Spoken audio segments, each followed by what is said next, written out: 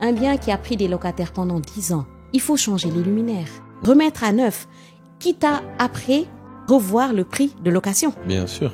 Et moi, à cette époque-là, j'étais dans l'hôtellerie et on sentait qu'il y avait un besoin pour de l'immobilier meublé long séjour. Ayant grandi, vécu dans un hôtel, je sais qu'un client, aujourd'hui, il ne peut pas rester plus de 10 jours dans un hôtel. Ça, le message, c'est dans la frustration client se dissimulent des opportunités business incroyables. Les marchés évoluent, Oui. les marchés changent, diminuent, augmentent. Tu ne peux pas te baser que sur tes certitudes.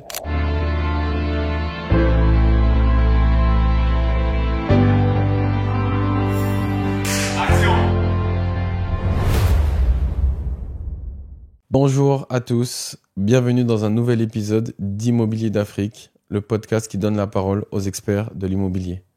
Aujourd'hui, j'ai le plaisir de recevoir Ngunji Ndiaye, qui est une experte et une professionnelle du secteur de l'immobilier. Elle a évolué dans différents domaines de l'immobilier, que ce soit la gérance locative, que ce soit la partie commerciale et également la partie intérieur design. Et il m'a semblé judicieux de vous la présenter et de dialoguer avec elle avec des questions cruciales que l'on se pose sur comment optimiser sa gestion locative, comment optimiser ses chances d'avoir un bon locataire qui paye bien, qui paye le maximum de loyer possible, et plein d'autres questions auxquelles nous allons répondre, en tout cas essayer de faire du mieux possible. Sans plus attendre, Ngunji, bonjour, comment tu vas ? Bonjour Marc, je vais bien et toi ? Ça va, super. Est-ce Ça que va. je prononce bien ton prénom ou pas ? Je pense que tu es celui qui le prononce le mieux dans ce monde-là. Tu fais bien ressortir le N du début, donc c'est parfait. Ok, ça va, c'est validé. Merci en tout cas d'avoir accepté de venir. Je sais que tu n'es pas habitué et c'est très rare que tu te présentes dans des podcasts ou dans des médias, donc un grand merci. Première fois. Et moi, pourquoi j'ai voulu t'inviter ? Parce qu'on a eu de nombreuses discussions, que ce soit sur l'immobilier, la gérance locative, l'intérieur design. Tu m'as toujours été de conseils très, très précieux. Donc, je le dis à mon audience, j'ai trouvé en Ngunji des moments de réflexion sur investir au Sénégal, optimiser son bien, et a toujours un regard très client. Et c'est ce qui m'intéresse. Voilà, c'est vraiment l'expertise d'avoir connu pendant 8 années d'expérience des clients et de pouvoir nous donner ce rendu. Donc voilà, j'en dis pas plus. Je te laisse d'abord te présenter parce que tu as un beau parcours aussi. Et puis après, je vais te titiller pour creuser sur les questions. Pas de souci. En tout cas, merci encore pour l'invitation. Donc, je salue tout le monde, tous les spectateurs qui regarderont, on va dire, cet échange-là. Je me présente Ngunji Ndiaye, surnommée Bijou par mes proches, depuis que j'ai 4 mois. Alors, je suis originaire du nord du Sénégal, de Saint-Louis. C'est vraiment ma vie, cette ville-là. J'ai fait mes études et après le bac, je suis allée poursuivre mes études supérieures en France, à Nice, pour faire du management hôtelier. Oui, parce que je suis fille de propriétaire et directrice d'un hôtel à Saint-Louis qui existe depuis juin 93. J'ai grandi dans ce milieu avec mes frères et sœurs. Donc, du coup, j'ai très tôt baigné dans le monde de l'hébergement. Ok. Et l'immobilier est en quelque sorte de l'hébergement. Très intéressant. On va revenir dessus. Ok, continue. Ouais.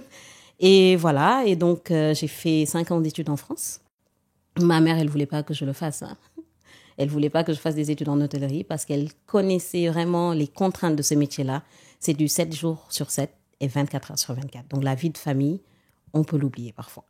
Mais j'ai quand même persisté. Je suis allée le faire pour ne pas travailler dedans finalement. Mais c'était mon destin. Je suis tombée dans le monde de l'immobilier par hasard. Ok, Et très bien. j'ai fait 8 ans dans l'immobilier. Mais avant ça, quand je suis rentrée, j'ai ouvert un restaurant quand même, à Saint-Louis, toujours. Et quand j'ai eu l'opportunité de rejoindre un grand groupe dans le secteur ici à Dakar, je me tâtais. Je me disais oui, non, ben pourquoi pas, je vais essayer. Comme j'adore les défis, j'adore les aventures, j'ai dit à ma mère, je te confie le restaurant pendant quelques mois, j'y vais et je vais voir ce que ça donne. Je suis sûre que ça ne va pas me plaire. Et je me donnais 3 mois. Et de 3 mois, je suis restée 8 ans. Ok. Comme quoi. Et donc, finalement, j'ai fermé ce restaurant-là. Ok. Oui. Après tes 8 ans dans ce grand groupe immobilier, qu'est-ce que tu as fait ? Alors, après mes 8 ans dans ce grand groupe immobilier où quand même j'ai, on va dire, fait vraiment la chaîne commerciale de l'immobilier, j'ai un peu fait le tour. Là, je viens de créer mon cabinet d'architecture d'intérieur. parce que c'est ma passion. C'est une réelle passion. Effectivement, on va dire c'est une passion qui est née dans l'immobilier.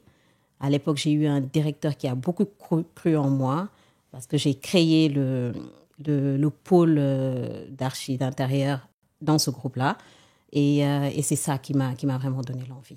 J'ai pris une pause professionnelle à un moment donné pour aller faire la formation, encore à Nice. Je suis repartie à Nice il y a 2 ans.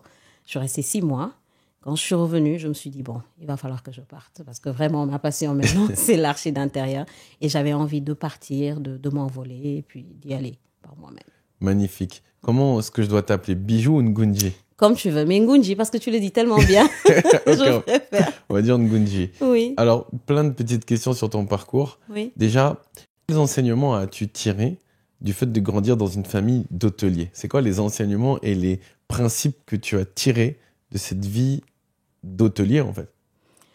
Alors oui, parce qu'effectivement, j'ai vécu dans l'hôtel depuis mes 3 ans. Donc, pour te dire un peu que c'était assez spécial de vivre dans un hôtel. Parfois, on restait avec mes frères et sœurs 24 heures sans voir maman parce qu'il y avait du monde. Et puis, comme on était très, très jeunes, elle ne voulait vraiment pas nous voir dehors. D'ailleurs, je lui fais un coucou à ma mère. Elle, on va dire, mais quand même, elle a réussi un défi. C'était pas évident de nous éduquer. Oui. De nous éduquer dans ce monde-là. Et alors qu'elle avait aussi les défis quotidiens, on va dire, de ce secteur-là, mais elle a réussi. Moi, ça m'a permis aujourd'hui de grandir en ayant, on va dire, un réel modèle. Donc, surtout dans l'entrepreneuriat. En fait, moi, l'entrepreneuriat, c'est dans l'âme parce que j'ai une maman qui est entrepreneur, comme j'ai dit, qui a son hôtel depuis juin 93, qui a toujours été seule, sans associé, sans appui ou aide de la banque. Et elle a toujours fait tout seule. Et comme elle a l'habitude de dire, et j'aime bien sa phrase, elle dit tout le temps, je suis une vache qui boit son lait. C'est-à-dire, elle a tout de suite de l'argent, elle reprend cet argent-là, elle le remet dans l'hôtel. Okay. Donc, moi, j'ai eu cette image-là, j'ai eu la chance d'avoir vraiment, on va dire, ce modèle devant moi, de grandir en voyant une personne qui était là, qui se battait au jour le jour, et surtout qui avait vraiment misé sur notre éducation. Donc, on n'avait pas le droit on va dire, de déraper. Donc, c'était de la rigueur, c'était du professionnalisme. Après, en grandissant, quand il y avait du travail, tout le monde se mettait dedans. Ah oui, c'est-à-dire, moi, j'allais au restaurant, même si c'était pour faire la plonge, mon frère était dans la cuisine. Oui, elle nous mettait partout. Mais après, on se rend compte, en grandissant, que c'était une formation, en fait. Incroyable. Et c'est quelque chose, moi, qui fait que aujourd'hui, la rigueur, le professionnalisme, la persévérance m'accompagnent au jour le jour. Magnifique. Et tu sais que moi, j'aime l'hôtellerie. Oui. Je suis de l'hôtellerie, donc ton discours, il me touche particulièrement. Quelle est la qualité chez ta mère qui t'a le plus inspiré? Alors, sa qualité, ce qui m'a le plus inspiré aujourd'hui, c'est cette rigueur qu'elle avait. Ma mère, c'est-à-dire, autant comme elle a l'habitude de dire, elle peut se mettre à table et manger avec un roi, autant elle peut se mettre à terre et manger avec un pauvre. Elle est très polyvalente, ma mère. C'est-à-dire que parfois, quand il y a du monde, si elle doit prendre un tuyau et aller arroser les plantes, elle le fait. Parfois, la preuve, il y a des gens qui le trouvent dans son établissement qui ne le connaissent pas parce qu'ils connaissent juste son nom, qui viennent pour lui demander « Je veux voir madame ». Elle dit « Elle n'est pas là ». Et parce qu'elle est en jean, en t-shirt, une casquette avec un tuyau d'arrosage. Pour dire, donc c'est vraiment une personne qui nous a montré que, en fait, elle nous a appris à être humble. Okay. Malgré tout, à être humble. C'est-à-dire qu'on avait une voiture dans l'hôtel, mais non. Moi, j'allais à l'école avec des clandos. C'est fait exprès. Donc, tu attendais. Parfois, même la voiture de l'hôtel sortait et passait devant toi. Mais n'avait pas le droit de t'emmener. Tu te débrouilles et tu n'as pas intérêt à tomber et à arriver en retard. Donc, pour dire qu'elle nous a vraiment forgés, mais ça nous a permis, et je le vois maintenant, nous tous, de pouvoir évoluer dans n'importe quel environnement. C'est-à-dire, moi, tu m'amènes dans un village, j'évolue tranquillement. Tu m'amènes, je ne sais pas, à Monaco, je suis aussi dans mon milieu. Vraiment, moi, c'est ça, la polyvalence, être humble et très, très généreux. Ça, c'est des choses qu'elle nous a appris. C'est très inspirant. Donc, bonjour à la maman, bien sûr. Si elle regarde, on pense à elle. Oui. Et à ma mère aussi, bien sûr, parce que je me revois un peu dans ça. Et je suis très reconnaissant aussi de la rigueur qui a été mise dans l'éducation. Sur le coup, on peut parfois trouver ça injuste. Mais les années après, on s'est dit, mais franchement, ça a été une formation incroyable. Ouais. Ouais, magnifique. Et ensuite, tu dis que tu as fait des études en hôtellerie, Oui. mais tu as ouvert un restaurant dans la foulée. Oui. Tu avais quel âge quand tu as ouvert le restaurant et comment ça s'est passé? Et moi, après, donc, quand j'ai fini mes études, j'ai eu des offres pour rester et travailler en France. Et naturellement, c'était le rêve de tous les jeunes à cette époque-là. Mais je me tâtais. Parce que j'étais sûre d'une chose, je voulais participer à l'évolution de mon pays, développement de mon pays. Et je me disais maintenant, je reste un peu, je me forme davantage, je rentre ou je le fais maintenant. Je galère dans mon pays et au moins, je serai bien suffit. Et un jour, en discutant avec ma mère, je lui dis, mais maman, j'ai eu une bonne proposition. Voilà, c'est un groupe de croisière qui veut me prendre et tout ça. Mais je me dis que peut-être je vais rentrer. Elle m'a juste dit 3 mots. Hein. Elle m'a dit, en tout cas, si tu veux rentrer, c'est le moment. Parce que si tu attends plus, quand tu vas rentrer, tu auras tes camarades de classe avec qui tu avais évolué et qui sont rentrés peut-être avant toi auront beaucoup d'écart professionnel. Donc, c'est soit maintenant, tu viens, tu te bats dans ce pays-là, tu essaies de te faire un nom, de te faire une carrière. Sinon, si tu dois rester 3, 4, 5 ans, après, reste là-bas, crée ta carrière ici, mais ne reviens pas. J'ai dit d'accord, maman, merci. Et puis, point. Je suis rentrée. Et 1 mois après, je suis repartie pour prendre mes affaires et revenir. Je me dis et je ressens que j'ai fait la meilleure décision. Et qu'est-ce qui s'est passé à ce moment de pivot où tu es sur le point de travailler pour une croisière et soudainement, tu es à l'aéroport de Dakar? J'ai juste jaugé un peu. Je me suis dit, ma mère, elle nous a toujours dit, elle voulait même pas que je fasse de l'hôtellerie parce que tu n'as pas de vie. Donc aujourd'hui, se dire que, OK, sur les 12 mois, 10 mois, tu es en mer, tu te retrouves sur tous les continents, tu as que 2 mois, est-ce que ça en vaut le prix? C'était juste ça la question que je me suis posée.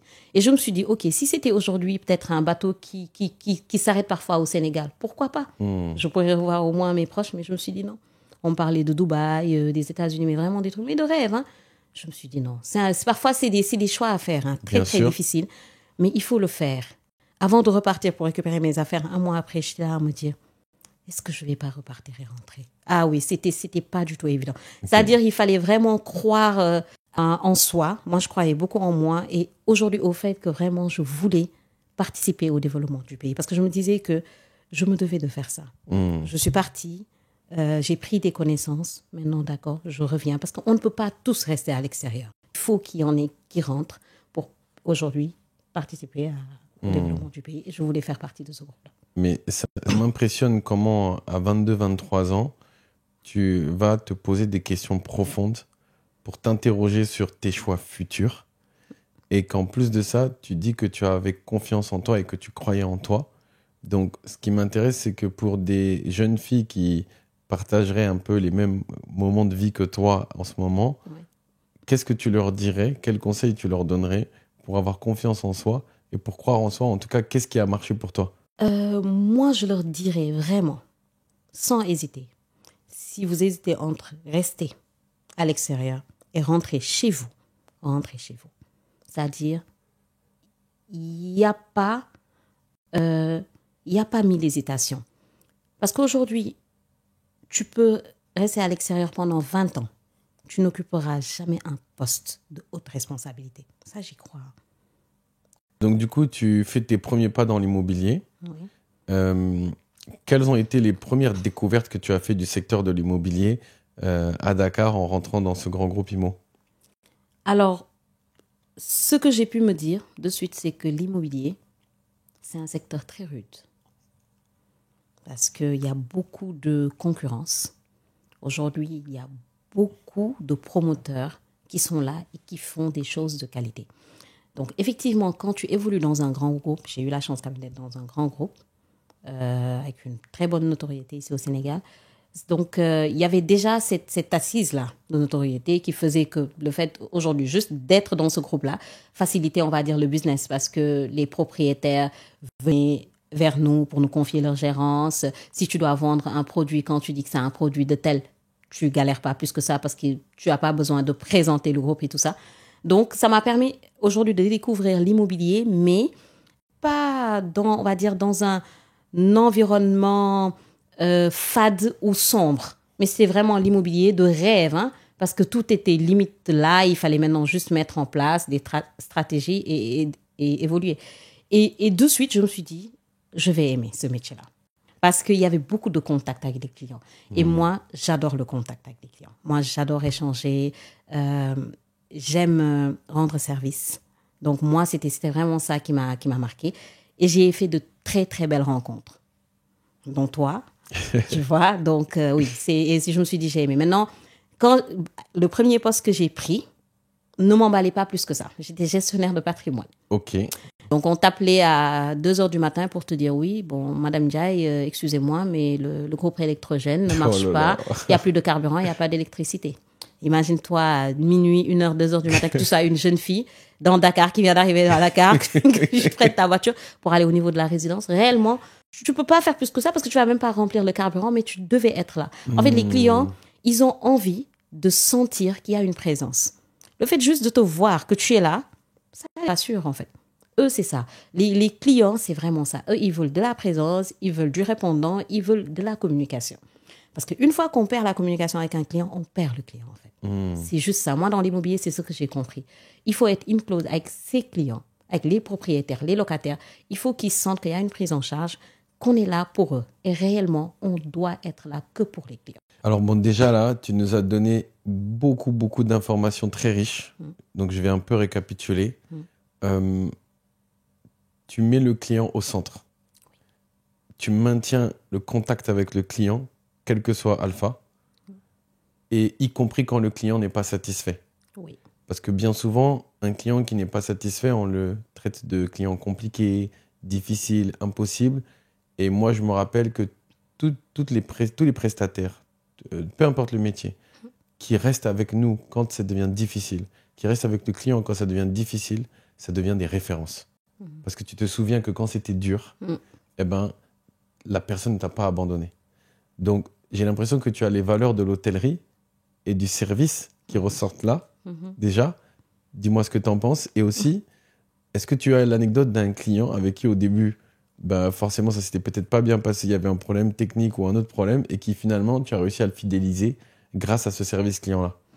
Effectivement, hein, tu as raison quand tu dis que le service client est vraiment au centre, on va dire, de ma vie professionnelle. C'est réellement ça. Et c'est par mon parcours, ma vie, pendant mon enfance. Parce que comme je t'ai dit, j'avais une maman qui, autant elle était à son bureau pour finir des factures et tout ça, parfois il y a un client qui était énervé pour un truc. Elle restait pas à l'écart se disant, bon, le réceptionniste allait gérer. Non.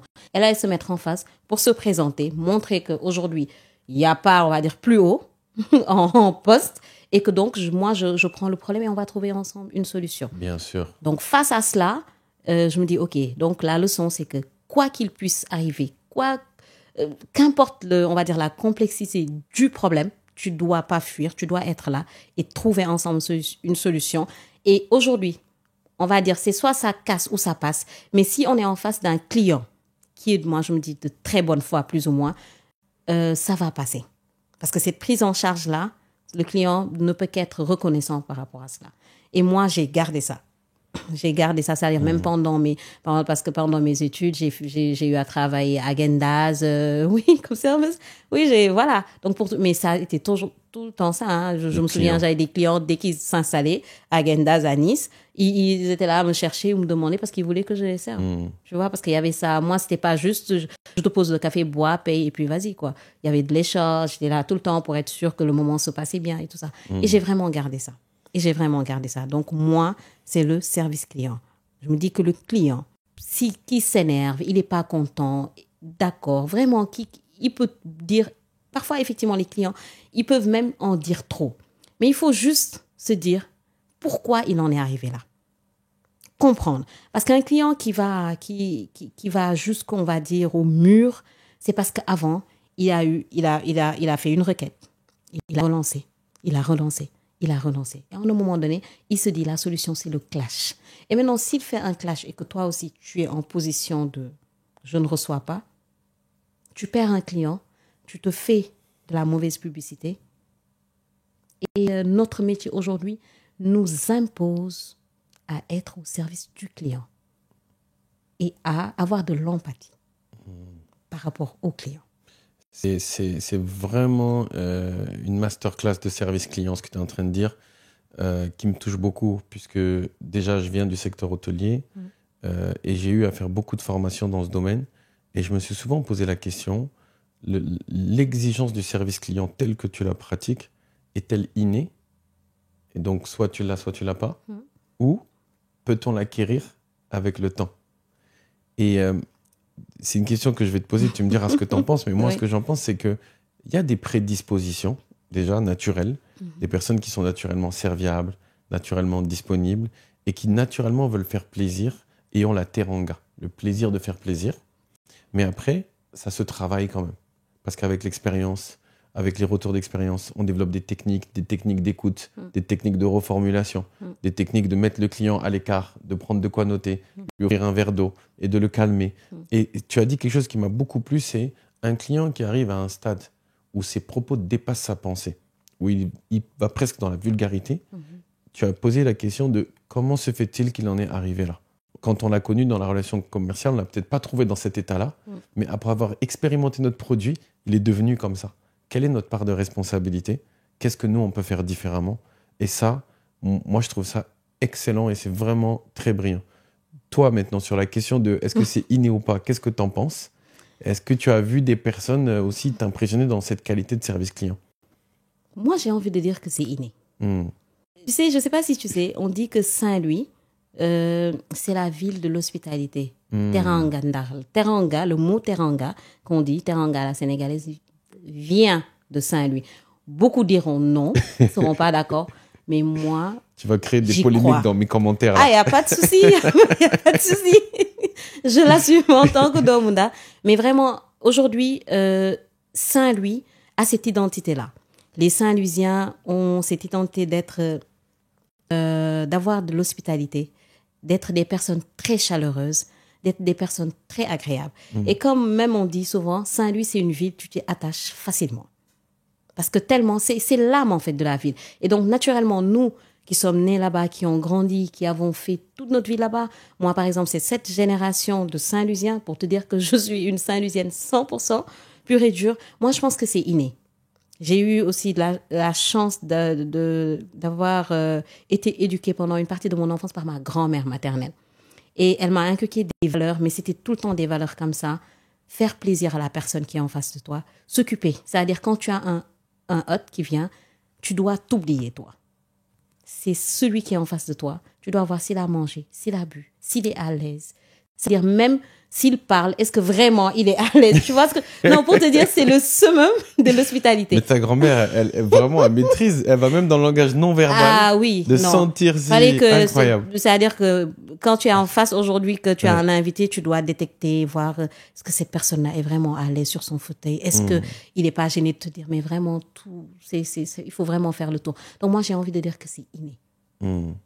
Parce que moi, j'ai pas vraiment appris on va dire ce côté relationnel-là.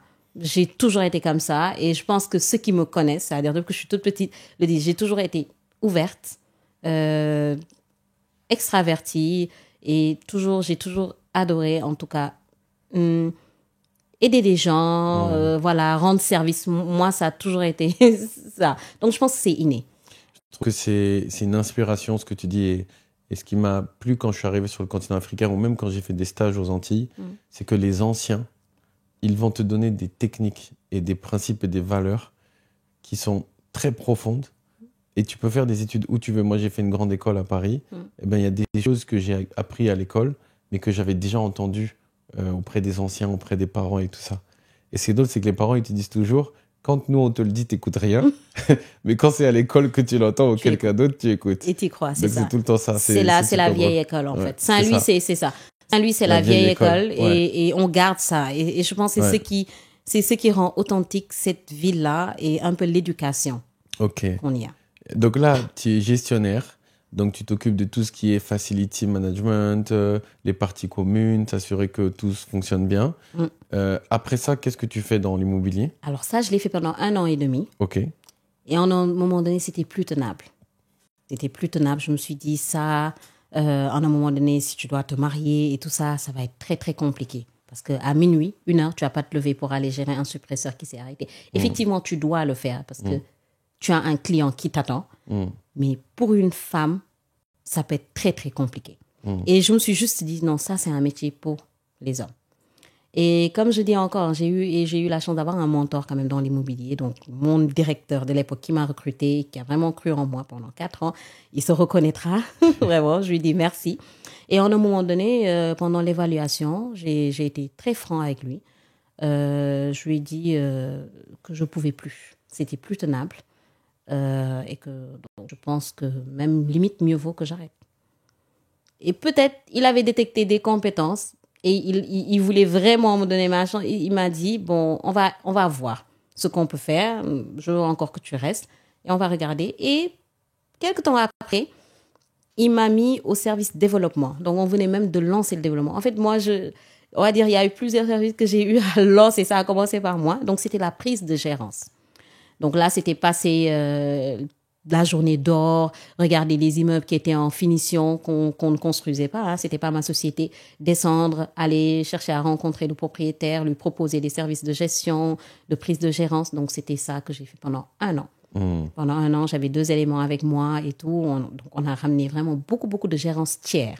Donc, on va dire la gérance tiers a réellement commencé. Cette période-là, c'était en 2017. Ok. Je vais faire juste une parenthèse pour ceux qui nous écoutent, pour qu'ils situent bien de quoi on parle. À l'époque, tu travaillais chez un grand promoteur immobilier, leader du marché, sur la quantité en tout cas de biens immobiliers. Hein. C'était des dizaines, centaines peut-être de biens immobiliers produits. Et en fait, il y a un département, bien sûr, qui s'occupe de la vente en l'état futur d'achèvement, donc ce qu'on appelle la VFA. Oui. Mais il y a aussi un autre département dont tu parles, que tu as développé, qui s'occupe de la gérance locative. Donc, c'est qu'une fois que les biens sont livrés et sont disponibles à la location, c'est l'agence qui va s'occuper de faire la prospection, trouver les clients, faire les contrats de bail, faire les états des lieux, gérer les besoins des clients, les états des lieux de sortie, etc., etc. Et à l'époque, tu dis que c'était quelque chose de tout nouveau qui se lançait. C'est ça. Et toi, ton travail, c'était d'aller chasser les nouveaux contrats pour aller demander dans des immeubles, bah, tiens, qui vous gère cet immeuble? Personne. Ou il y a même quelqu'un, est-ce que vous êtes satisfait? Regardez-nous, on va bien s'occuper de vous. C'est ça. Et je pense que quand ils te voyaient arriver avec le sourire, l'état d'esprit, le service client, ils ne pouvaient que dire oui. Oui, vraiment, c'est vrai que j'ai eu beaucoup de propriétaires qui ont eu confiance en moi à cette époque-là. Donc, effectivement, moi, dans cette société-là, j'étais dans la filiale, on va dire, on est au bout de la chaîne, en fait. C'était la dernière filiale, donc ils faisaient la filiale où il y avait tous les services là. Donc, gestion de patrimoine, parce qu'on avait un syndic carrément dans la société qui gérait par défaut toutes les résidences qu'on construisait. Après, donc, il y avait ce développement-là, le service développement, donc tout ce qui était prise de gérance, tiers, hein, pas interne. Parce que interne, on va dire qu'on était un peu par défaut le gestionnaire. Et donc, j'ai fait pendant 1 an ça. Donc, ça m'a permis de développer. J'ai mis en place beaucoup de fiches, on va dire, pour aujourd'hui. Avant de prendre un bien, il fallait que ça soit confort. Toutes les cases qu'il fallait cocher pour se dire, bon, ce bien-là, aujourd'hui, on peut le prendre en gérance parce qu'on n'aura pas de mal à trouver un locataire. Parce qu'aujourd'hui, prendre une gérance, c'est facile, hein, mais derrière, il faut que tu puisses, j'ai envie de dire garantir, hein, parce que c'est une obligation, à ce propriétaire-là qui t'a fait confiance, un locataire qui sera dans ce métier, et surtout un locataire solvable. Parce que mettre un locataire aussi, c'est facile, mais si tu mets un locataire qui paye pendant 1 mois, 2 mois, et qui ne paye plus, sachant qu'au Sénégal, les locataires sont très bien protégés par la loi. Le propriétaire, aujourd'hui, tu le mets dans des problèmes, c'est-à-dire immenses, sachant que beaucoup de propriétaires réalisent ces projets-là avec la banque. Donc, derrière, ils ont des traites qui n'attendent pas. Et s'ils n'arrivent pas à trouver un locataire, c'est un problème. Si le locataire n'est pas solvable, c'est un autre problème. Alors, on va décortiquer avec plusieurs questions ton parcours en gestion locative. On va décortiquer. Déjà, pour donner le contexte, tu restais combien de temps en gestion locative dans ce département? Pendant 1 an. Un an et demi. 1 an et demi. Oui. Et aujourd'hui, tu as dit, il y a certains biens que je n'allais pas gérer ou je n'allais pas forcément proposer la gestion parce que j'avais des doutes sur la capacité. La conformité. Exactement. C'est ça. Tu peux nous dire avec ton œil quels étaient les détails que tu remarquais qui pouvaient te faire dire ce type de bien-là, moi je préfère ne pas les prendre en gérance? Tu sais, aujourd'hui, dans l'immobilier, on dit que l'emplacement a sa valeur 3 fois. C'est-à-dire, pour déterminer la valeur d'un bien, la première question qu'on va poser, c'est où se situe le bien. Donc, un bien, d'accord, il peut se situer dans la banlieue. Il y a toujours preneur, il y a toujours quelqu'un qui cherche là-bas. Mais si aujourd'hui, déjà, sa géolocalisation, on va dire, par rapport aux standards, en tout cas, que nous avons ou que nous proposons, ne répond pas à ça, et que derrière, aujourd'hui, c'est un bien où les sanitaires sont vétustes, la cuisine, le meuble est vétuste, le carrelage est un peu cassé. Parce que ici, au Sénégal, les propriétaires, et c'est un peu malheureux, je trouve, n'ont pas la culture de la rénovation, du rafraîchissement. Un bien, ils se disent, quand il est construit, un locataire peut faire 3 ans, sortir, on refait la remise en état basique, basta, on avance, on trouve un autre locataire. Mais c'est-à-dire, ils ne se disent pas qu'à un moment donné, il faut dire juste au gestionnaire, moi, je dois faire un rafraîchissement de ce bien-là. Parce qu'un bien, à un moment donné, il faut faire réellement de la façade, rafraîchir la façade. Il faut aujourd'hui changer les sanitaires. Un bien qui a pris des locataires pendant 10 ans, il faut changer les sanitaires. Il faut changer les luminaires. Il faut, limite même, j'ai envie de dire, parfois décaper carrément le sol et en fait, le réhabiliter, remettre à neuf, quitte à, après, revoir le prix de location. Bien sûr. Ça se justifie. Mais aujourd'hui, les propriétaires, ils se braquent contre cette idée-là. Et donc, à un moment donné, tu vas avoir un propriétaire qui a son bien depuis 15 ans, qui a eu des locataires. À un moment donné, le locataire est sorti, il n'arrive plus à trouver de locataire. Il veut te le donner en gérance. Mais si tu le prends en gérance, tu fais un tour, tu te rends compte que les sanitaires sont vétustes. Le carrelage, c'est-à-dire n'a même plus d'éclat. Les murs ne tiennent même plus la peinture, il y a de l'humidité, il y a de trucs. Et que quand même tu t'engages à le prendre pour ne pas dire non. Moi, je me dis, mieux vaut dire à un propriétaire non. Ce bien-là, dans cet état-là, je ne peux pas le gérer. Que de lui donner un espoir, de lui dire oui, donnez-le-moi, je vais vous le louer, pour ne pas le faire. Donc derrière, tu as aujourd'hui un propriétaire qui va être insatisfait et tu perds ta crédibilité. Bien sûr. Et je me dis, mieux vaut garder sa crédibilité dans la vérité que de la perdre dans de l'illusion, en fait. Très belle phrase. Il vaut mieux garder sa crédibilité dans la vérité que de la perdre dans l'illusion. C'est ça. Ça me parle. C'est ça. Très intéressant. Et donc, parfois, c'est l'art de savoir refuser certaines opportunités pour justement conserver sa ligne directrice et conserver sa cohérence. Et donc, du coup, à ce moment-là, toi, tu faisais que le développement, l'acquisition de nouveaux produits à gérer. C'est ça. Tu ne faisais pas encore la gestion locative. Alors, on va dire non, je faisais le développement et en amont, je faisais de la gestion, mais propriétaire. Je représentais les propriétaires au sein de l'entreprise. Okay. C'est-à-dire moi, même un propriétaire interne à qui nous avons vendu, quand il signe un mandat, il signe avec moi. Ça devient ton interlocuteur. Il devient mon interlocuteur. Excellent. Donc pendant un an et demi, j'ai fait ça. Toi, tu avais les clients qui sont des locataires, mais tu avais aussi des clients qui sont des propriétaires, donc tu parlais à tout le monde en fait. Alors, je n'avais pas les locataires. Pas encore. Moi, j'avais les propriétaires internes Ouais. qu'on avait vendus, nous, la société, les biens qu'on avait construits. Et j'avais des clients externes, c'est-à-dire les propriétaires tiers qui avaient, eux, construit ou qui avaient construit par le biais de quelqu'un d'autre et qui venaient aujourd'hui me confier cela. Tu avais les deux côtés. C'est ça. Et j'ai l'impression que tu avais une... Il y a un dicton que j'aime bien qui dit que ton attitude définit ton altitude.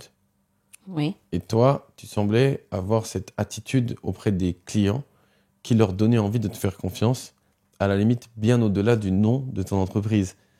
As-tu déjà eu des clients qui ont dit moi, je signe parce que c'est toi et parce que j'ai vécu une confiance dans le relationnel qui fait que je veux te faire confiance. Est-ce que ça t'est déjà arrivé? Ça m'est arrivé plusieurs fois. Ouais. Des clients qui m'ont carrément dit aujourd'hui, je confie ce bien-là à ta structure parce que je t'ai toi en face.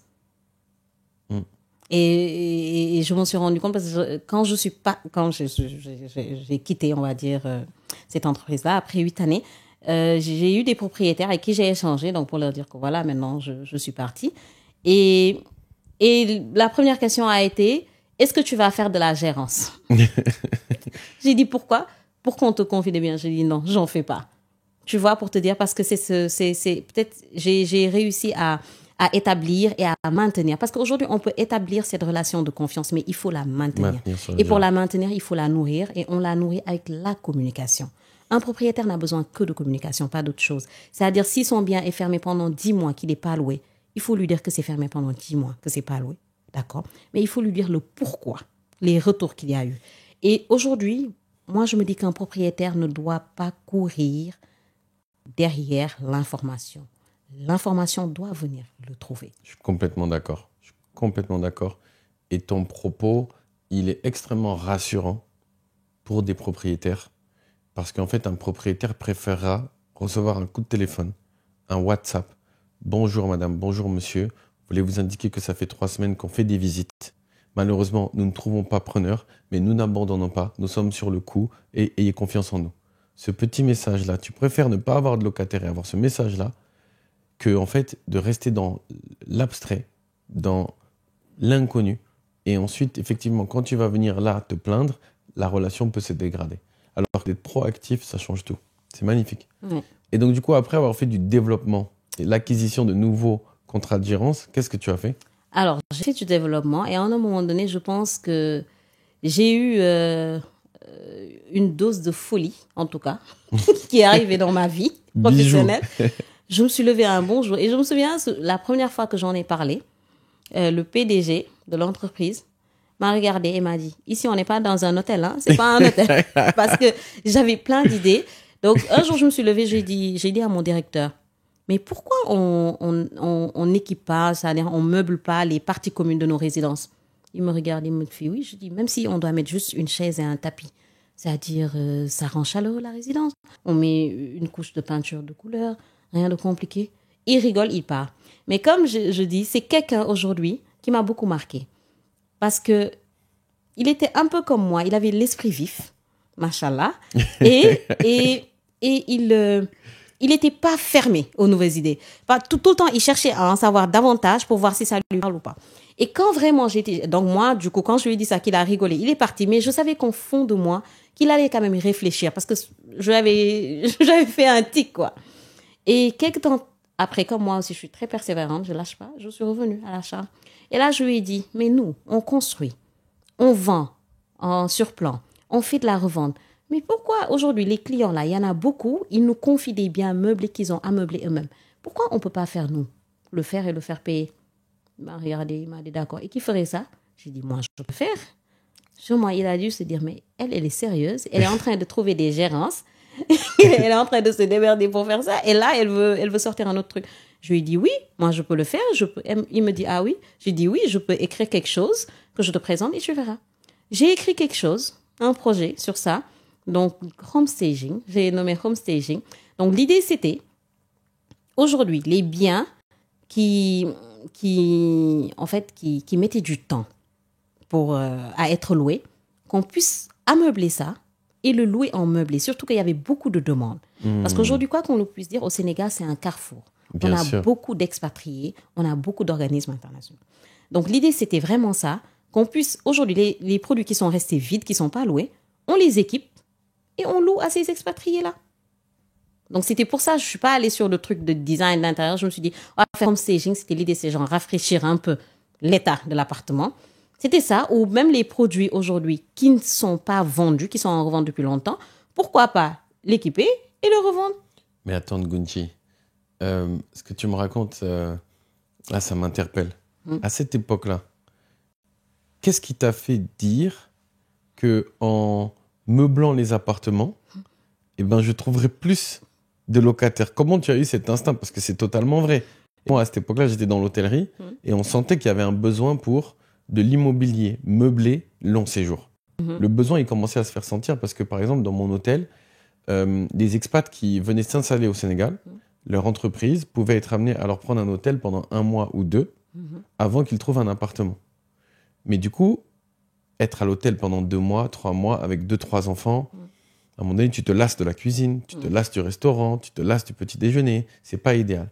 Et donc, avoir des solutions comme ça d'appartements meublés pour 2 mois, 3 mois, 4 mois, 5 mois, je trouve que ça fait beaucoup de sens. Donc, raconte-nous un peu comment toi, tu as eu l'idée de détecter cette opportunité et de te dire, mais si je meuble ces appartements, je vais pouvoir attirer des expatriés. D'où est venue cette idée? comme je t'ai dit plus tôt dans ma présentation, j'ai très tôt baigné dans le monde de l'hébergement. Et comme moi, je suis tout le temps à la quête perpétuelle d'évolution, de changement. Moi, j'adore faire tourner ma tête, mon cerveau. À un moment donné, j'ai eu la même réflexion, comme toi, ce que tu as eu. Je me suis dit, ayant grandi, vécu dans un hôtel, je sais qu'un client, aujourd'hui, il ne peut pas rester plus de 10 jours dans un hôtel. Après, il n'en peut plus.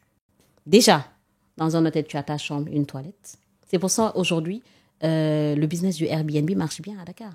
Et c'est des clients qui, d'habitude, étaient dans des hôtels. Mais maintenant, ils n'ont plus envie de n'avoir qu'une chambre, un balcon et une toilette. Non, Tout à fait. parce qu'ils ont envie même d'avoir une petite kitchenette, s'ils ont envie de faire des œufs, qu'ils puissent se faire. Non, pour te dire. Et c'est ça, maintenant, on en voit maintenant des gens moi j'en ai vu où j'étais, dans ma société, des gens aujourd'hui qui étaient là pour du professionnel. Donc c'est sûr qu'ils avaient même une réservation d'hôtel qui les attendait. Mais non, qui préféraient être dans des appartements meublés pour aujourd'hui avoir plus d'intimité et puis retrouver plus cette chaleur-là, j'ai envie de dire, cette chaleur d'habitation, quoi. Bien sûr. Tu vois? Et donc, à un moment donné, moi, c'est ça que je me suis dit. Je me suis dit, à Dakar, il y a plein d'expatriés. Et on avait beaucoup de demandes. C'est-à-dire, normal, j'étais dans le commercial, le volet commercial.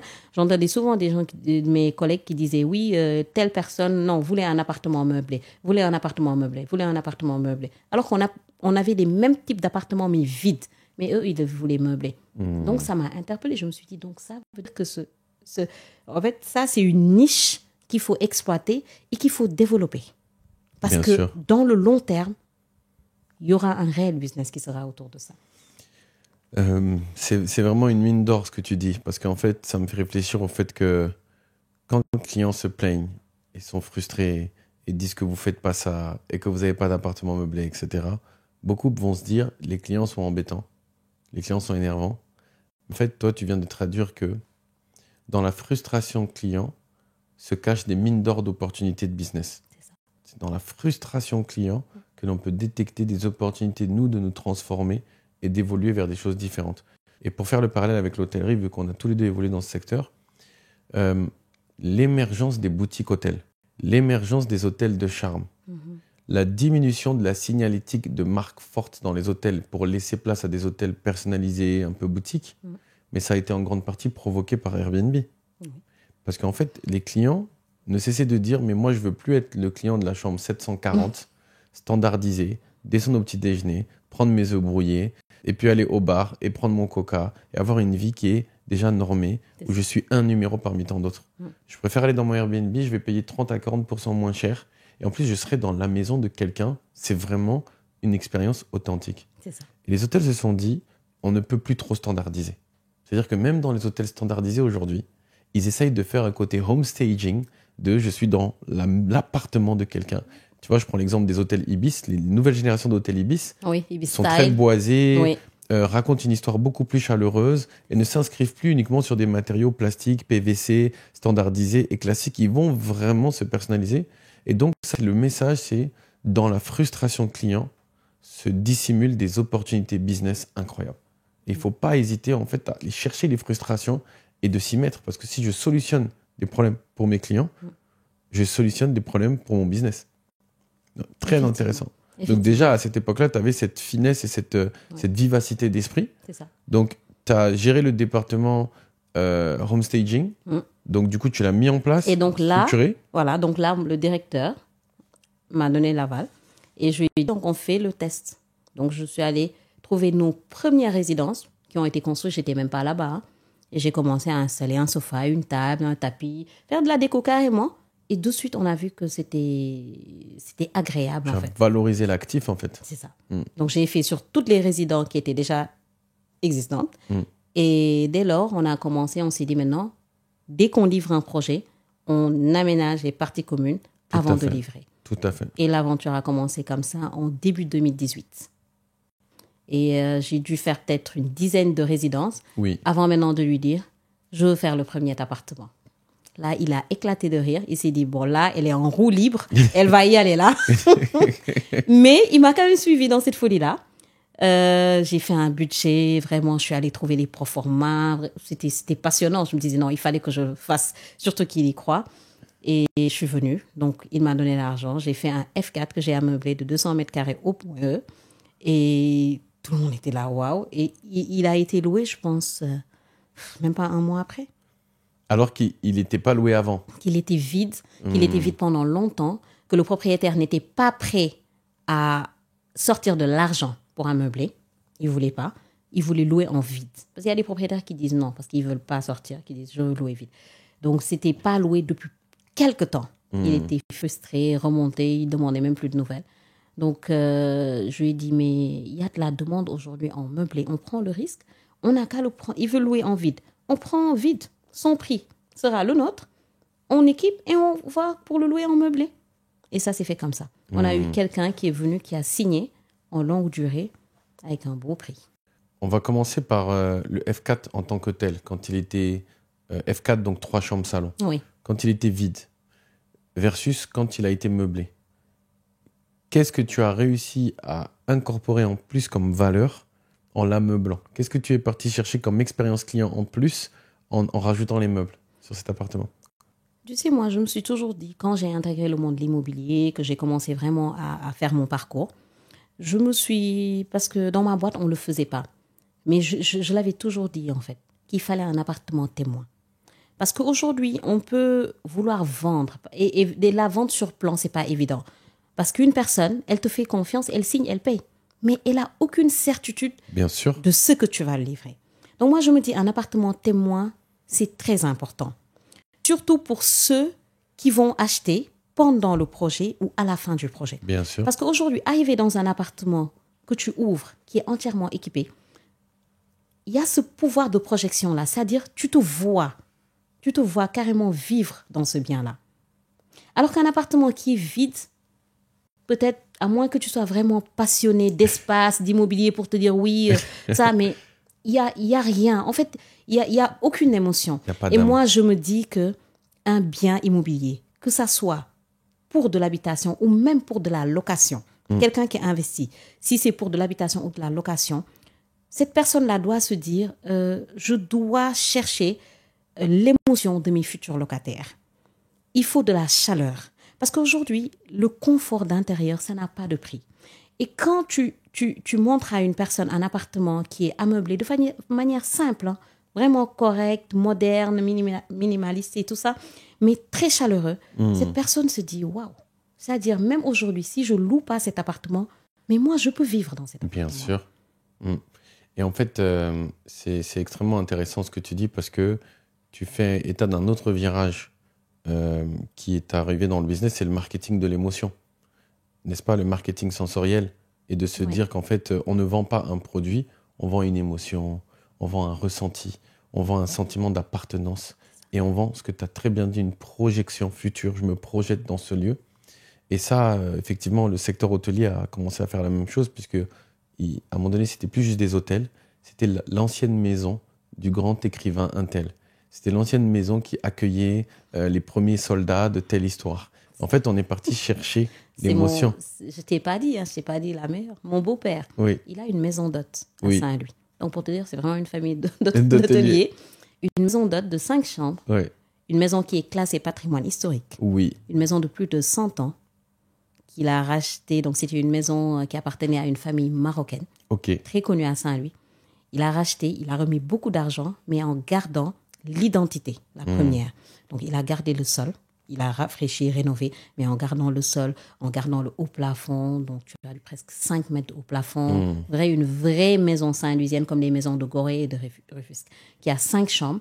Mais c'est une maison d'hôte aujourd'hui qui a reçu beaucoup d'ambassadeurs, hein, pour te dire, parce qu'elle a cette authenticité-là, qui est très, très agréable. Un grand patio magnifique, tout en bois. Tout en bois, les balcons magnifique. En bois et tout ça. Pour te dire qu'effectivement, les gens, maintenant, ils sont à la recherche de cette chaleur-là.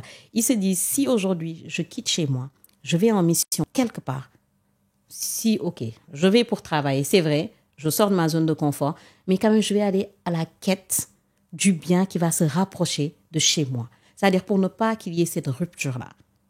Et je pense que c'est pour ça, aujourd'hui, les hôtels tendent vers ça, en fait, à rechercher cette chaleur-là. Et toi, tu m'as jamais invité en plus à visiter. Tu vois?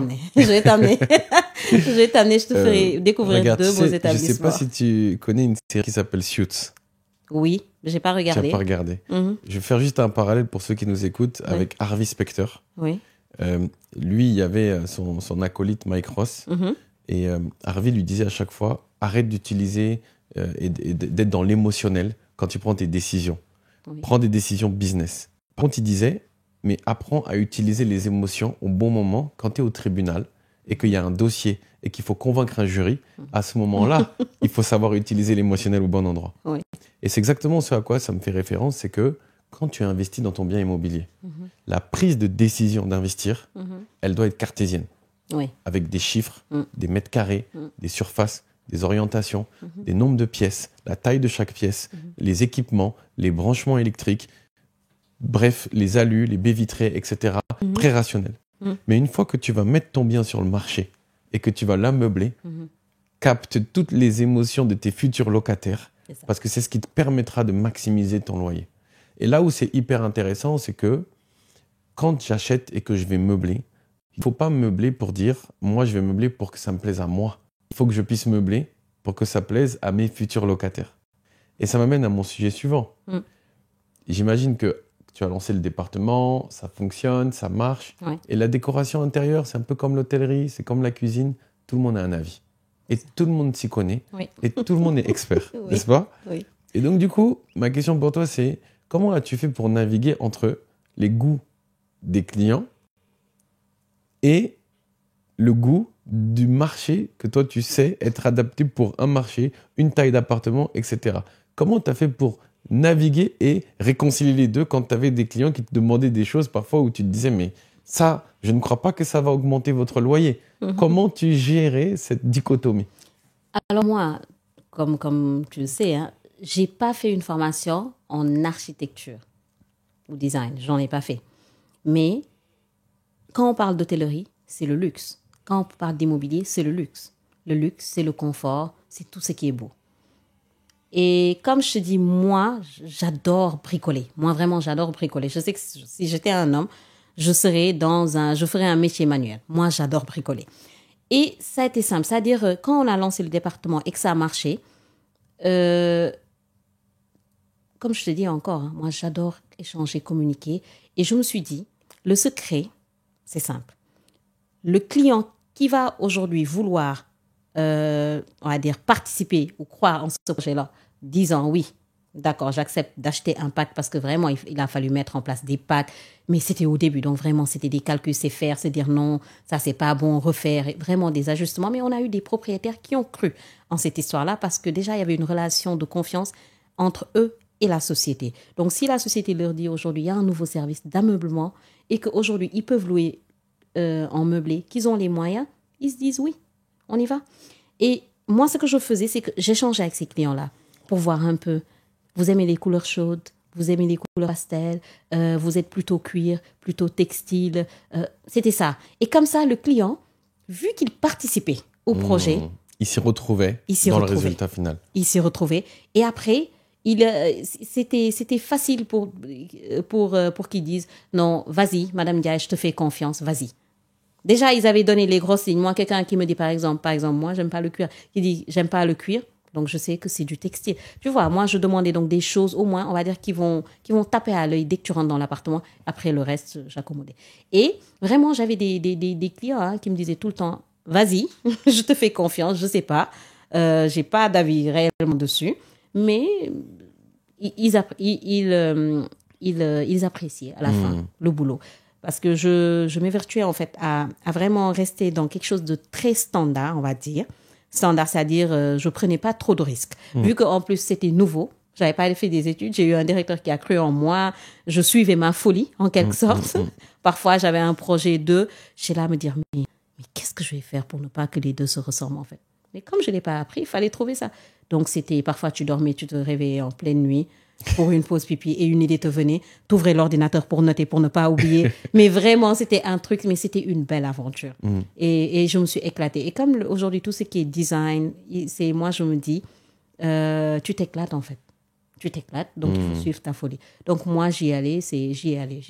Mais je me disais, il faut que je reste dans des trucs standards, des trucs qui pourraient plaire autant aux expatriés, donc aux étrangers, que ça pourrait plaire aujourd'hui aux nationaux qui ont un certain standing de vie.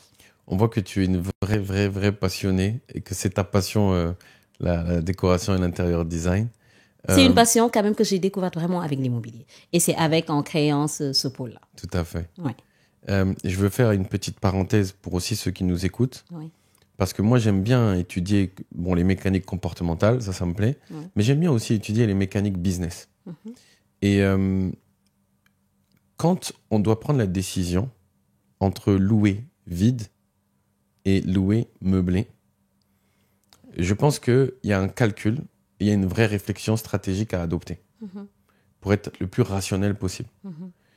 Et moi, ce que j'ai observé, c'est que quand tu as un bien, par exemple, que tu peux louer, admettons, un F3, donc 2 chambres salon, que tu peux louer non meublé à 1 million. Oui. Et que tu demandes à ton agent de te faire une estimation en disant, si je le meuble en très bon standing, à combien est-ce que je peux le meubler? Et lui, admettons, il va te dire, tu peux le louer 1,5 million. Donc 500 000 de plus si tu le loues en meublé. Et donc du coup, moi, quand c'est comme ça, je m'amuse à faire un calcul. 500 000 multiplié par 12 mois, ça fait 6 millions. Donc à peu près 9 000 et quelques euros. Oui.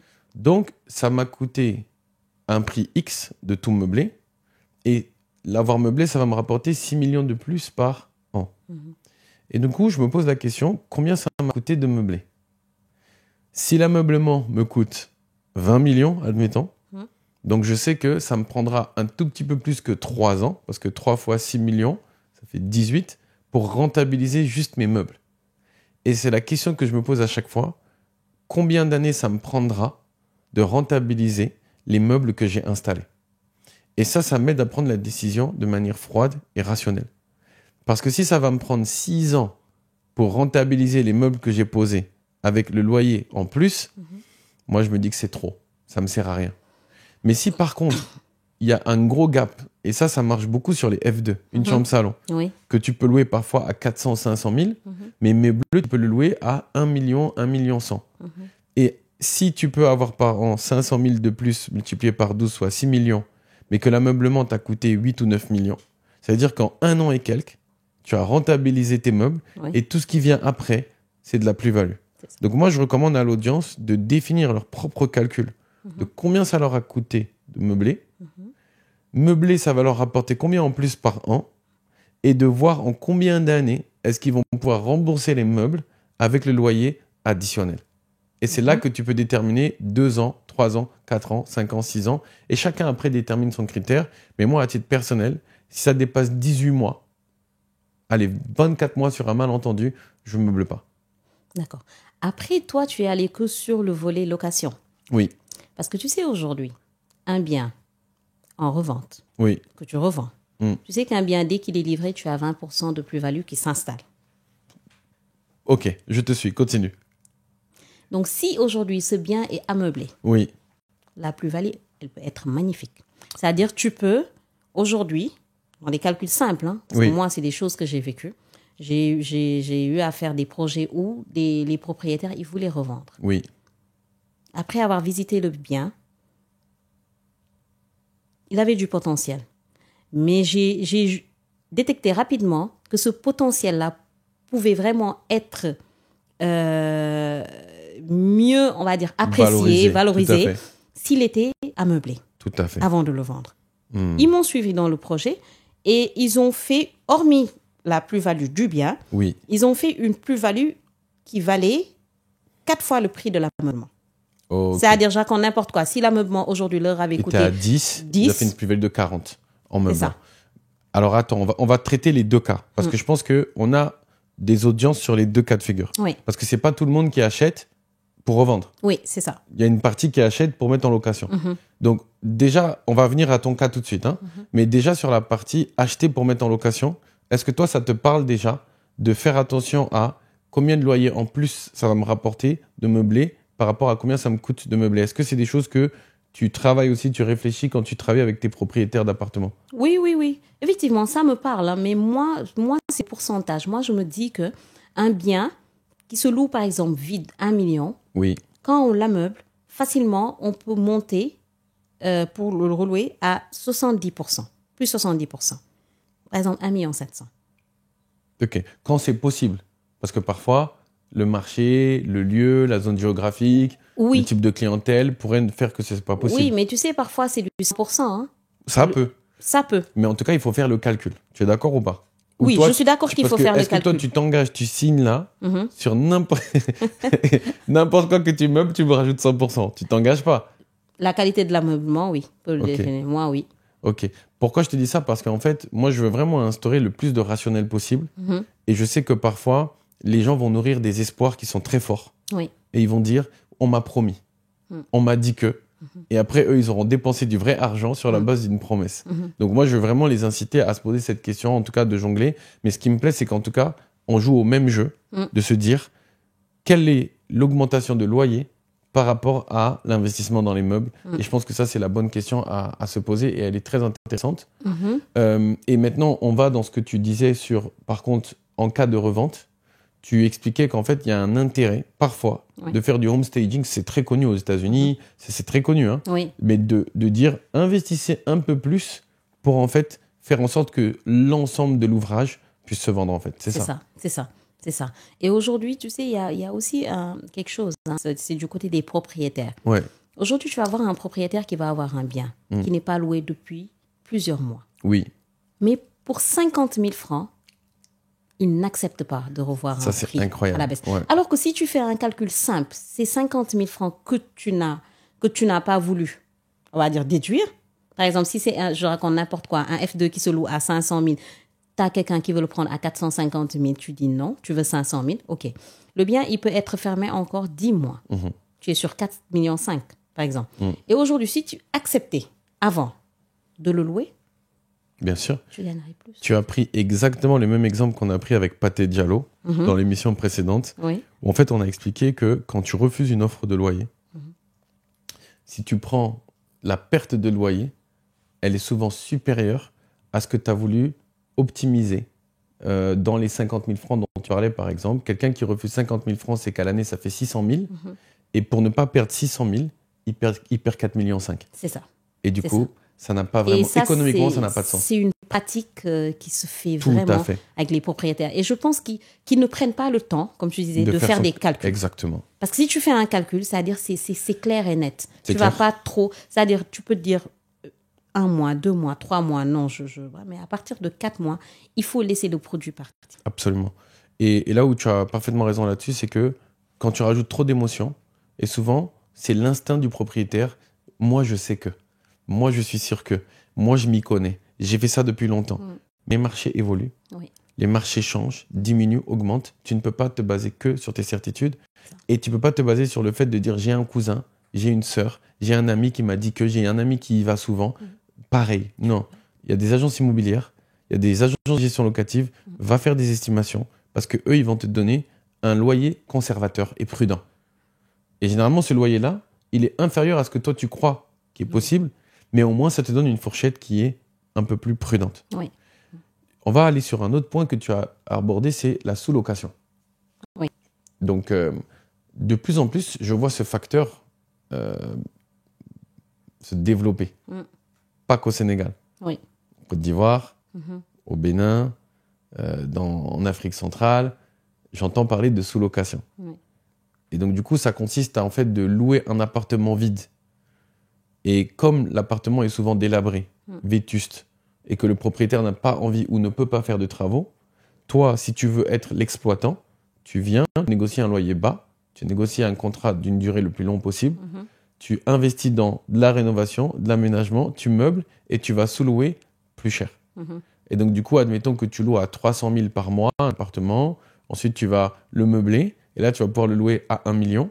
Donc, c'est comme si le coût de ton ameublement, tu as meublé peut-être pour 30 millions ou 25 millions, il te rapportait 700 000 par mois, soit l'écart. Oui.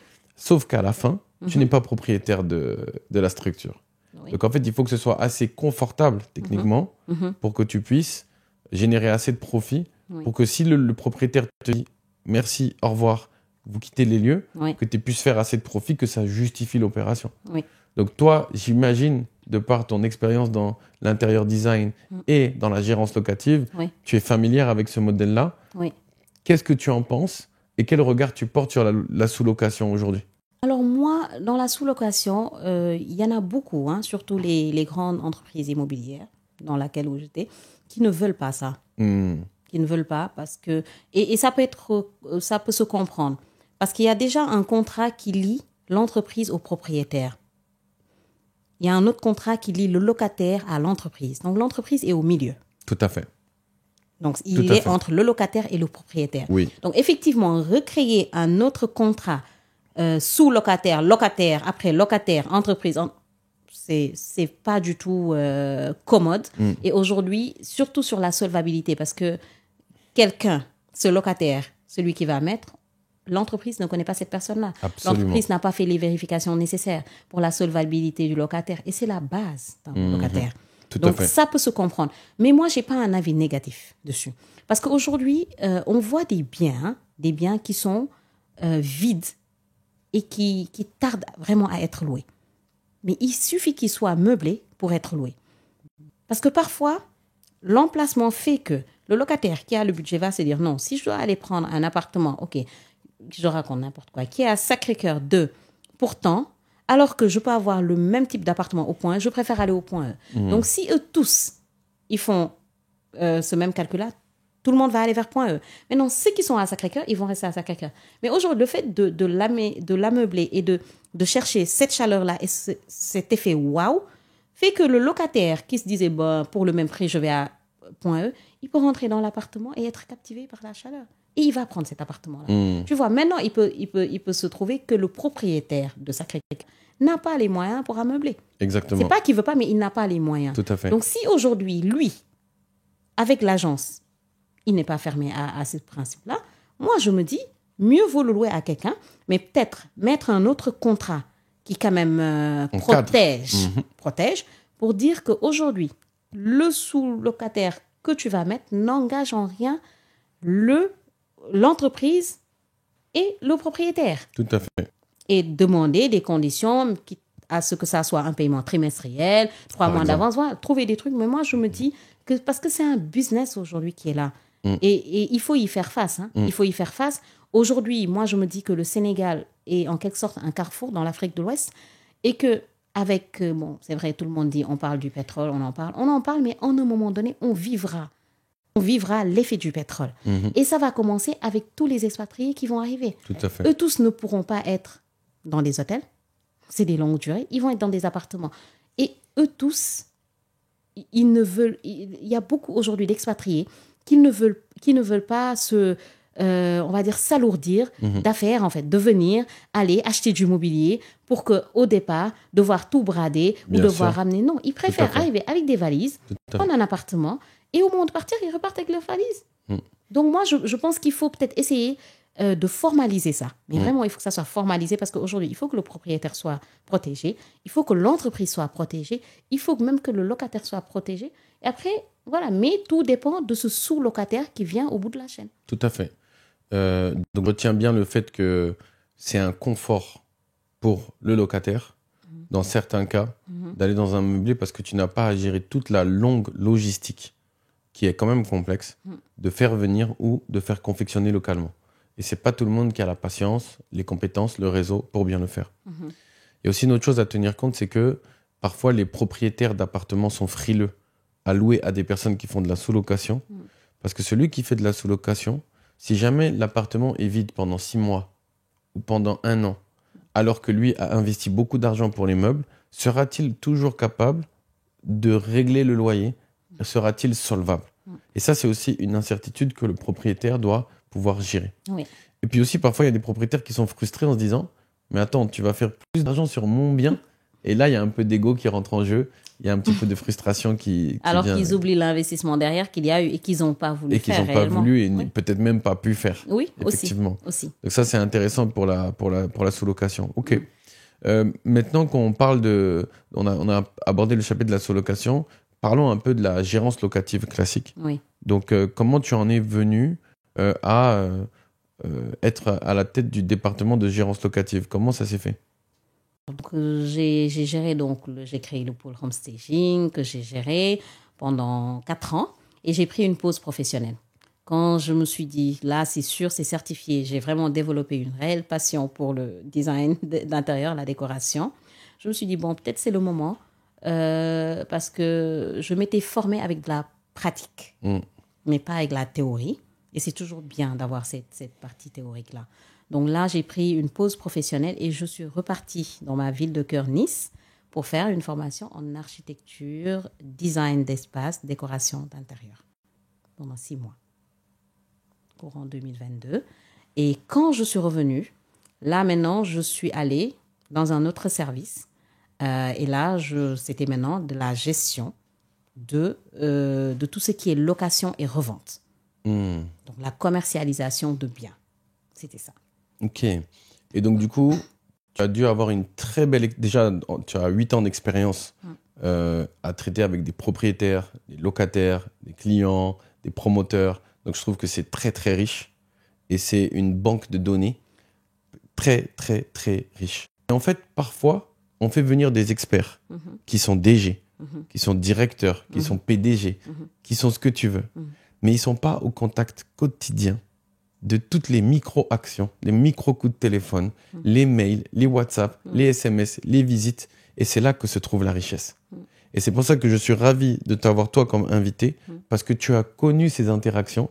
Donc toi, quand tu parles des besoins des clients, des besoins des locataires, des besoins des propriétaires, c'est pas parce que tu as lu un article de journal, c'est pas parce que tu as vu un reportage, c'est parce que tu l'as connu un lundi 18 novembre matin, un mardi 12 mars, tu étais sur le terrain et tu l'as connu. Et c'était juste ce préambule que je voulais faire pour donner la puissance de ton témoignage.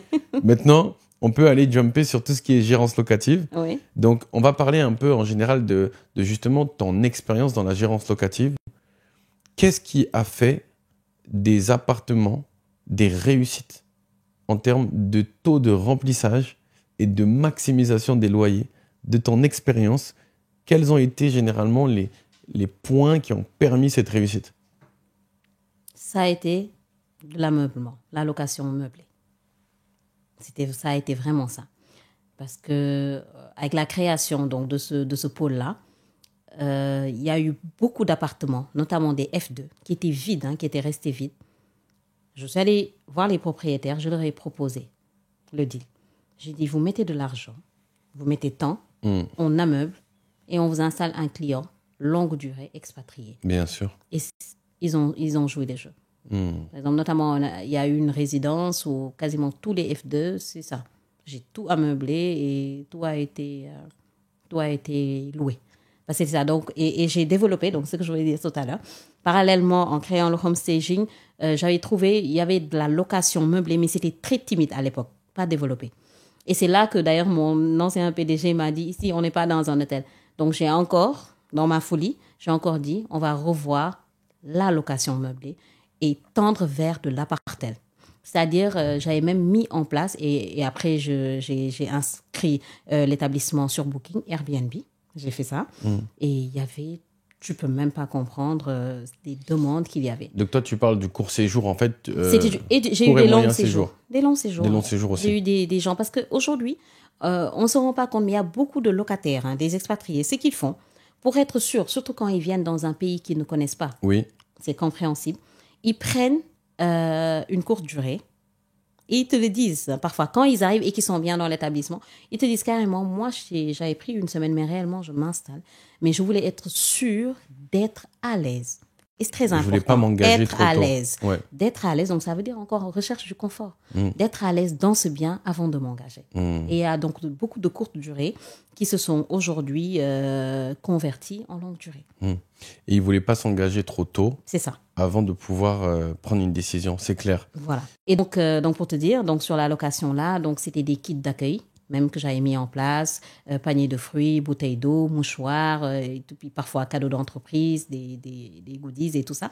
Donc kit d'accueil, kit de départ, même si le client avait besoin d'un transfert à l'aéroport. Et ça, c'était pour le compte de propriétaire? Compte de propriétaire. Et le propriétaire, toutes les amenities, les fruits, etc., il les payait en plus Non. ou ça faisait partie Non. de la commission de gérance? C'est ça faisait partie de la commission de Très gérance. bien. C'est comme ça que j'ai vendu le projet J'ai compris. au directeur. Je lui ai dit, ça va permettre d'avoir de la clientèle et naturellement, quand le bien n'est pas loué, il n'y a pas de commission de gérance. Quand il est loué, il y a de la commission de gérance.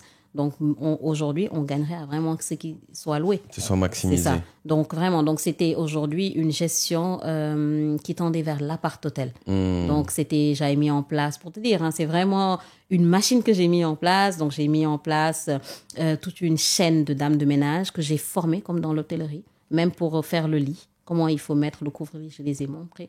C'est-à-dire, j'ai passé des journées, moi, dans des appartements pour montrer le nettoyage, comment il faut le faire. Quand le client vient, comment il faut accueillir, ce qu'il faut faire. Quand tu nettoies, quand tu trouves quelque chose qui est posé, même si tu le soulèves pour nettoyer, tu le remets exactement à la même Au même place. endroit, bien Quand la sûr. valise est ouverte, tu ne fermes pas la valise, tu la laisses ouverte. Il faut que le client, quand il revient dans son appartement, qu'il ne voit aucune différence à part que l'appartement a été nettoyé. Tout à fait. C'est un très très bon point. Et au-delà de l'ameublement, qui est un point important, est-ce que tu as d'autres critères qui jouent beaucoup dans le choix des locataires de venir s'installer dans tel ou tel appart à Dakar? Au-delà de la partie meuble, tu as d'autres critères qui sont importants? Oui, aujourd'hui, il y a des éléments qui sont très importants pour les locataires. Les locataires, en tout cas, je vais dire modernes, qui ont un certain standard de vie, la taille des pièces importe vraiment. Ils vont te dire qu'il faut de grandes pièces, surtout pour les pièces de nuit, les chambres. Maintenant, les gens veulent avoir des chambres qui sont grandes. C'est vrai.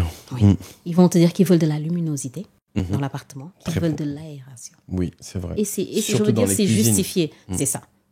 C'est ça, pour éviter tout ce qui est humidité et tout ça. Ça, c'est des points aujourd'hui. Ils vont carrément te dire, même si tu allumes la lumière, ils vont te dire, éteignez les lumières, je veux voir la luminosité. Ouvrez les fenêtres, je veux voir comment le vent il circule. Donc, c'est des Incroyable, points comme ça, c'est ouais. très pointilleux. Mais juste pour ça, ils peuvent aujourd'hui ne pas prendre un bien. Tu vois. Après, maintenant, on va s'ajouter tout ce qui est commodité. Avant, les commodités dans les résidences, c'était un luxe. Maintenant, c'est plus un luxe. C'est un une standard. nécessité, c'est un standard. C'est-à-dire, si tu proposes un appartement d'1 million, le locataire, il va même pas te poser la question parce qu'il s'attend à ce que dans la résidence-là, Tout à fait. qu'il y ait piscine, salle de sport, salle polyvalente. Maintenant, c'est beaucoup plus éliminatoire de ne pas les avoir, Voilà. que cela ne va t'apporter des clients en plus. C'est juste ça va t'éliminer C'est de ça. certaines discussions. Oui, Le marché de l'immobilier au Sénégal est un peu contracté. oui, Et donc, du coup, il y a plus de biens vides que de locataires. oui. Donc, mais quand on reviendra dans un moment où, très certainement, il y aura plus de locataires, peut-être que ces critères auront moins d'importance. Mais en tout cas, aujourd'hui, les clients sont exigeants et sont très, très demandeurs de détails. Et quand tu disais que, tout à l'heure, le locataire est très protégé au Sénégal, qu'est-ce que tu entendais par là, par rapport à la protection du locataire? Par exemple, un locataire qui ne paye pas, tu peux pas venir le faire sortir. Quand c'est un appartement vide, un appartement meublé, c'est beaucoup plus maniable. Parce que le client, il arrive avec sa valise. Donc, c'est comme dans l'hôtellerie. Quand tu arrives dans un hôtel, tu payes avant qu'on te donne ta chambre. Même si tu dis, laissez-moi monter et tout ça, je veux dire, si au bout de 2 jours, tu payes pas, tu vas revenir, tu vas trouver que la carte est désactivée ou même la porte, tu peux plus y accéder, tu vois. Et ils ont le droit. C'est-à-dire qu'un client ne peut pas ramener un établissement hôtelier à la police pour ça. Bien sûr. Tu vois. Donc, c'est pour ça, aujourd'hui, même beaucoup de propriétaires tendent vers le meublé pour avoir cette protection-là. Cette C'est un peu comme de flexibilité. l'hôtellerie. C'est ça. Mais en vide, aujourd'hui, tu peux pas. Le locataire, quand il ne paye pas, tu vas juste, ce qui va se passer, tu vas commencer à relancer. Il va pas payer. Tu vas lancer une procédure. Après la procédure, entre les appels, le locataire, il va rebondir. Ça lui donne encore du temps et tant que tu n'as pas d'ordonnance, tu n'as pas le droit de le faire sortir. Et cette ordonnance-là, pour l'avoir, il faut être patient. Donc, entre-temps, c'est des années et des années. Moi, j'ai vu aujourd'hui des dossiers de contentieux qui avaient duré plus de 5 ans. Et on parle de dizaines et de dizaines de millions. Bien sûr. Et c'est pour ça que tout à l'heure, tu disais l'importance du dossier du locataire et le travail que l'agence de gérance locative fait de screener les locataires. Oui. Et moi, de plus en plus, je me rends compte, avec l'épisode avec Cardiato aussi, de Indépendance Immobilière, l'importance de la sélection du dossier. Oui, c'est très, très faut important. Pas le minimiser. Ouais. C'est-à-dire, il ne faut pas se dire, j'ai envie de louer, je loue à n'importe qui.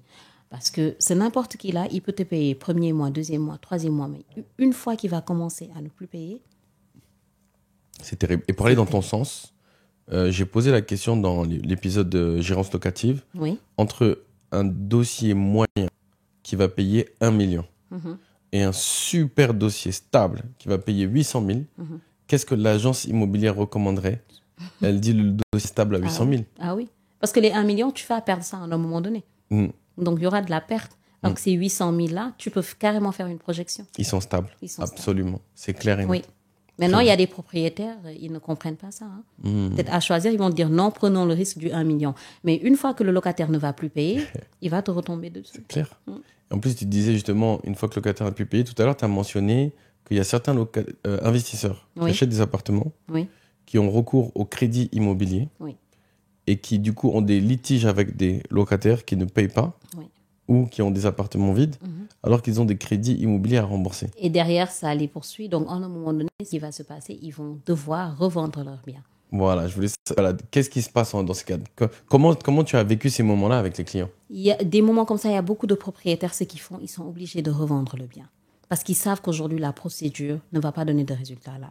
Donc, à un moment donné, ils Attends, revendent. tu revends un bien avec un locataire à l'intérieur qui ne paye pas son loyer? Ah, qui ne paye pas, mais à ce moment-là, ce que tu fais, tu vas dire au locataire qu'il y a un nouvel acquéreur et qu'il a besoin du bien. Congé pour vente. C'est ça. Tout à fait. Pour y habiter. Et comme ça peut être un moyen. Et après, tu peux revendre le bien. Mais par contre, comme on sait, la loi de l'offre et la demande, c'est quand tu es pressé de vendre que tu vends au pire prix. C'est ça. Donc, c'est pas forcément parfois l'idéal, mais bon, ça peut te sauver si tu as un crédit qui coûte. C'est ça. C'est pas l'idéal, mais ça peut effectivement te sauver parce que parfois, tu n'as plus le choix. Et une procédure dure, si tu dois suivre cela, ça peut prendre vraiment du temps. Et tu as mentionné que dans ton dernier département que tu gérais, tu faisais à la fois la gérance locative, mais aussi les reventes. Oui. Donc, tu peux expliquer qu'est-ce que les reventes et surtout, qui était le type de client qui achetait lors de revente? C'était quoi le type de client? C'était quoi leur profil? Alors, revente, tu sais que c'est les produits qui ont été vendus sur plan. Oui. Donc, à la fin du projet, il y a des investisseurs, ils achètent juste pour de la revente pour faire plus-value. Il y a ce type-là. Il y en a maintenant qui revendent parce qu'ils veulent acheter un autre bien ou qu'ils ont simplement une urgence financière. Donc, le type de profil qui va acheter ces biens-là, c'est quelqu'un, un investisseur. Parce qu'il y a des investisseurs qui ne sont pas patients. Donc, se dire qu'aujourd'hui, je vais acheter sur plan, déjà, ça ne leur parle pas du tout, ça ne passe pas. Ouais. Et se dire que je vais devoir attendre 12 mois, 24, 36 mois, devoir payer des appels de fonds, ils vont te dire non. Moi, j'ai eu des clients en revente qui m'ont carrément dit, moi, je préfère payer 30-40% de plus par rapport à un bien que de le payer moins et devoir attendre 36 mois. Je ne sais même pas si je serai encore là. Non, il m'a dit ça. Est-ce que je serai encore là pour en bénéficier? Il m'a dit non. Je veux investir, j'ai de l'argent, proposez-moi quelque chose qui est prêt. Et de toute façon, avec l'augmentation du coût des terrains au Sénégal, avec la pression de construction où bientôt on n'aura plus beaucoup de place, inévitablement, on va passer sur la deuxième phase du marché où il y aura de plus en plus de reventes, le marché secondaire. Parce qu'aujourd'hui, dans le premier marché de la vente neuve, on commence à arriver à un stade où il n'y aura plus beaucoup d'offres dans les meilleurs quartiers, dans les meilleurs emplacements. Et donc, ça va être inévitable qu'on va devoir s'habituer à acheter des appartements anciens, petit à petit. Oui, et rénover. Et c'est là où toi, tu rentres en jeu. La transition est toute faite. Oui. Là, maintenant, tu as monté ta boîte d'intérieur design et de rénovation d'intérieur. Et donc, du coup, toi, qu'est-ce que tu fais comme prestation et comment ça se passe tes débuts avec les clients depuis ton lancement? Alors, comme je te disais, je me suis tâtée pendant longtemps parce que je voulais déjà le lancer il y a 1 an. Pendant longtemps, vraiment, je me suis tâtée. Je me suis dit non, il faut pas. Et j'ai été beaucoup motivée par des partenaires qui ont cru en moi, des partenaires qui ont cru en moi, qui aujourd'hui offrent des produits de qualité et qui m'ont montré ou qui m'ont fait comprendre en tout cas qu'il y avait de quoi faire et qu'ils ont confiance en moi. Donc, le business, il est là. Et je veux par là citer, par exemple, Ilios, tu connais, avec Pathé Jallo. avec qui je prépare des choses magnifiques qui vont venir. C'est-à-dire, moi, j'ai eu le temps, avant de me dire, j'arrête, d'écrire. Moi, j'adore des trucs, il faut que j'écrive. C'est comme ça à l'époque avec le projet Homestaging. J'ai eu le temps d'écrire, de vraiment faire les calculs, de me dire non, ça c'est bon, ça c'est pas bon, de me préparer assez pour qu'aujourd'hui, je ne subis pas de rupture. C'est-à-dire, j'ai arrêté mes 8 ans de carrière dans l'immobilier, mais j'ai pas, la transition, elle a été rapide. C'est une continuité, en fait, dans ma vie professionnelle. Parce que j'avais déjà mis en place, on va dire, tout ce qu'il fallait. Les plots, je les avais tout mis en place. Donc, moi, c'est juste une continuité. Parce que je me dis, si tu sors d'un confort professionnel et que tu vas dans l'entrepreneuriat, si tu acceptes une rupture ou une longue transition, ça peut te faire soit reculer ou vraiment rater ton entrepreneuriat. Donc, il fallait que ça soit une continuité. Et encore, c'était un des sages conseils de ma mère, de ma famille très proche, mon oncle, ma tante, c'était ça, hein, c'était le truc. Tu arrêtes, mais tu te lances. Je me souviens, je leur disais, mais moi, là, j'arrête, je démissionne. Après, je pars en vacances pendant 3 mois, je fais un peu le tour du monde et je reviens. Ils m'ont dit, non, tu bouges pas d'ici. Hein. Tu finis et tu te lances dans les projets, tu bouges pas d'ici. Et c'est ça. Hein. C'est-à-dire, moi, j'ai pas eu de repos, j'ai carrément enchaîné. Et puis donc, du coup, je ne sens même pas, on va dire, le changement. Parce que, et comme moi, je suis une personne très, très persévérante, dans la vie professionnelle, moi, j'y vais. Je m'arrête pas. Donc, je sens pas réellement on va dire, de cassure, en fait. Ça a été facile, quoi, la transition.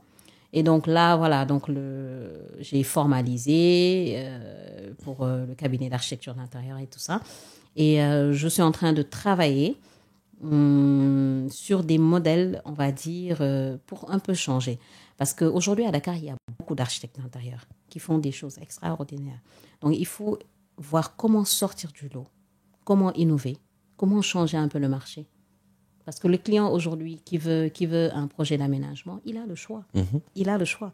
Mais il faut que tu arrives à lui proposer quelque chose qui sera différent.